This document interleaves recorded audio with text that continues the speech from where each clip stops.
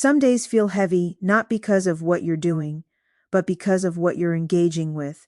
Arguments you didn't choose, conflicts that drain more than they resolve, a quiet sense that you're fighting battles that never belonged to you. Welcome to the quote for today. I'm glad you're here. Today's quote offers a clear marker for where wisdom actually lives, especially when energy feels scattered or depleted. Wisdom is knowing which battles aren't yours to fight. This quote reminds us that not every problem requires our involvement, not every disagreement needs our defense, and not every situation improves because we step in.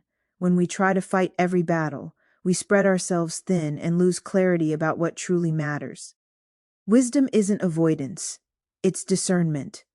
It's the ability to recognize where your effort will make a difference and where it will only create more tension.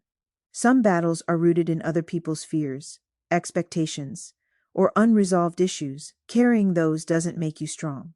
It makes you tired.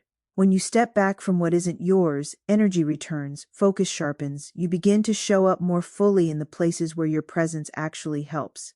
Peace grows not from winning every fight, but from choosing wisely where to stand. Here's one gentle way to work with this today.